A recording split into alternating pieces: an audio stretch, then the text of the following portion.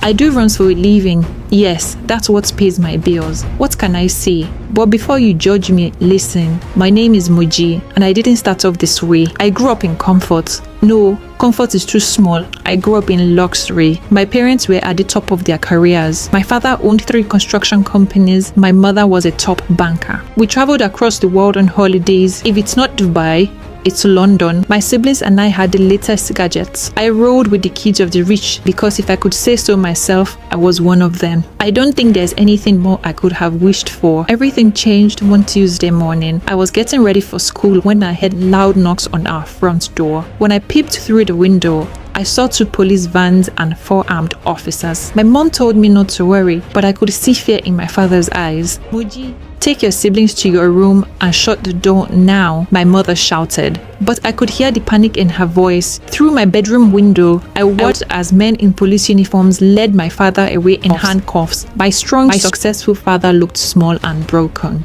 After about 10 minutes, my mom came to the room, forcing a smile, and told us there was something important she needed to tell us. Your daddy has been taken by the police. It's just for a while. He will be home soon. She said she was going to be here every step of the way and nothing would happen to us. A week passed and my father had not returned home. Then 2 weeks, then a month. Then one evening, my mother came to have another conversation with us, telling us, Daddy made some bad business decisions, she said, her voice shaking. We are going to have to make some adjustments. Adjustment is what rich people call losing everything. What adjustment? I asked. We are leaving this house tomorrow.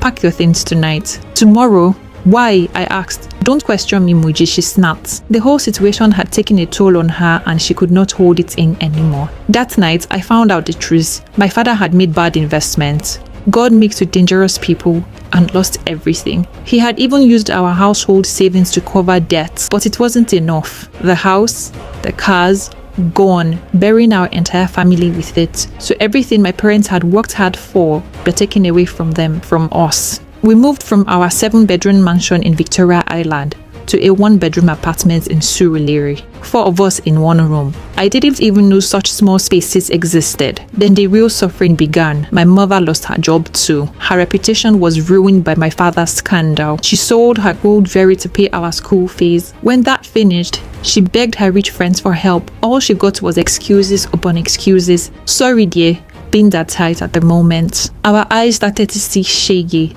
We moved from our expensive private school to a public school where the teachers barely showed up and the toilets. Let's just say I learned to hold it from 7 a.m. to 3 p.m. When my mother could not keep up with the expenses anymore, me and my sister and brother had to drop out and start finding ways to support the household.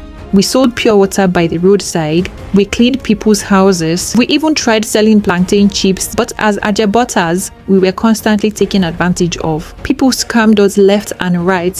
One thing led to another, and I was introduced to runs. I was 18 when I met Soja at a bus stop. I had just finished another failed day of trying to sell recharge cards when this fine, well-dressed man approached me. You are too fine to be suffering like this, he said with a smile. He was not lying. Even in my worn-out clothes and tired face, men still turned their heads when I walked by. My body had developed early. Soji took me to a nice restaurant that evening. I ate better food, not the everyday eba and okra I was used to. While I ate, he talked about opportunities for beautiful girls like me. You could make more money in one night than your whole family sees in a month, he said. My stomach was full for the first time in months and this man was offering me a way out of poverty. What exactly do you want me to do? I asked, though deep down I already knew. Just keep rich men happy. They have money and you have what they want. Simple business. He made it sound so easy, so logical. That night, I thought about my mother's tired face, my siblings, the way we had to ration everything from food to soap. I'll try it once, I told him the next day. Once became twice. Twice became a lifestyle. By the time I was 25, I was living like a princess again. A different kind of princess though, but still. Politicians, oil executives, entertainment moguls, these men paid me more for one weekend than most people earned in a year, sometimes in dollars. I had my own apartment in Lekki Phase 1, a brand new BMW, Designer clothes that actually fit this time, not the fake ones from my struggling days. Soji and I split everything I earned, and he managed my bookings like I was some kind of celebrity, which in that world I was. "We are my star girl," he would say, counting the money after each job. "Nobody does it like you." I sent money home regularly. My siblings finally went to uni. My mother got a small apartment of her own. I was a family savior, even though they never asked how exactly I got the money. But this life, it comes with a price that you don't calculate until it's too late.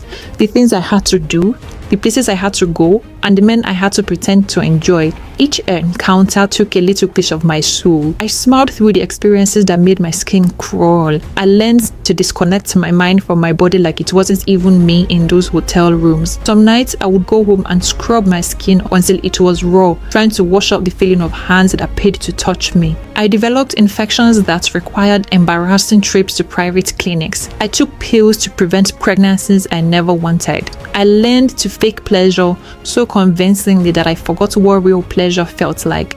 But the money kept coming, and money, they say, can dry a lot of tears. I get a lot of DMs from girls admiring and wanting to be like me. If only they knew, they would reject it. After 7 years in this game, I was exhausted. I was 32 and my body wasn't bouncing back like it used to. Young girls were entering the market every day. "Soji, I want to quit." I told him one evening as we counted another payment. "I want us to get married, start a family and build something real." He looked at me like I had spoken in Chinese. "Moji, my love, just a little bit longer. I'm working on something big, a real estate deal that will set us up for life. Just be patient." I had been patient for 7 years. But I love this man. He was the only constant in my chaotic life. "How much longer?" I asked. "Give me 3 more years, then we'll have enough to retire comfortably. 3 more years of selling my body. But if it meant forever with the man I loved, I could do it." So I continued. Those 3 years felt like 30. By 35, I was done. Completely finished. "Soji, I can't do this anymore. My body is tired, my soul is empty, I want out." He must have seen the determination in my eyes, because the next day, as he dropped me off for what he promised would be one of my last jobs, he handed me a small box. Inside was the cheapest engagement ring I had ever seen, the kind that Abuki sells for 1K. "We are getting married soon," he said. "Just be patient a little longer." Like a fool in love, I believed him. I was so desperate for love, for validation, for the promise of being somebody's wife that I said yes. We got married 6 months later in a small ceremony, not because we couldn't afford better. I had made millions over the years, but because Soji said he preferred intimate celebrations. I always wanted a very big wedding, or who am I to disobey my man? Looking back now, I realized he didn't want too many people to witness our union. Married to Soji was not what I expected. It had not dawned on me that Soji did not have a job he was doing. He relied on me for money. I only noticed he would go out in the morning and come back late at night. When I asked what he did, he said he was into real estate. I believed him. 3 months after our wedding, he came to me with a request that made me question my life's choices. "Babe, I need you to take one more client, just until my real estate deal comes through." "Are you insane?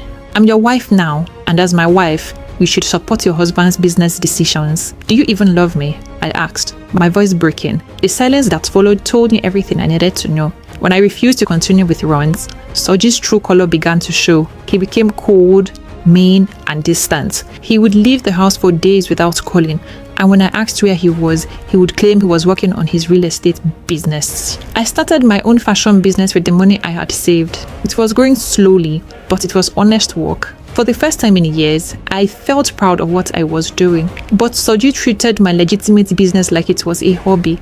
He would criticize everything I did, make me feel small and worthless. 2 years into our marriage, I started wondering why I wasn't getting pregnant.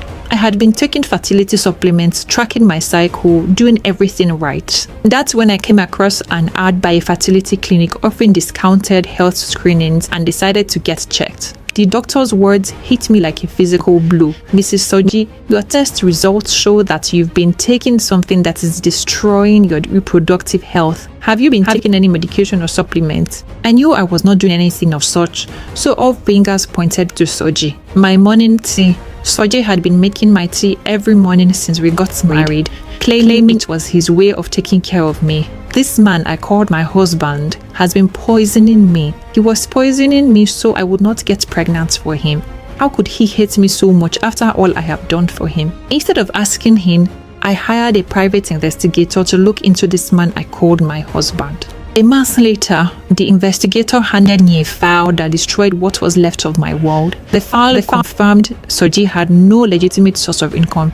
Everything he claimed about real estate was a lie. But that wasn't the worst part. The worst part was the photos of Soji with a woman and 3 children at a family gathering. Photos of him at another woman's house with 3 more children. Family photos where he looked happy in a way he never looked with me. This woman here is his legal wife of 12 years, the investigator explained, pointing to this first photo. These are their children. The second woman has been his girlfriend for 8 years. These are their children too. 6 children. 2 women who thought they were his priority. And me, I was the maga funding his double life. He had built 2 houses for his real family and his girlfriend. All the money I earned selling my body went to school fees and living expenses for children who never knew I existed. I had spent 15 years of my life giving up my dignity, destroyed my health, and sacrificed my dreams to build a life with a man who saw me as nothing more than a business transaction.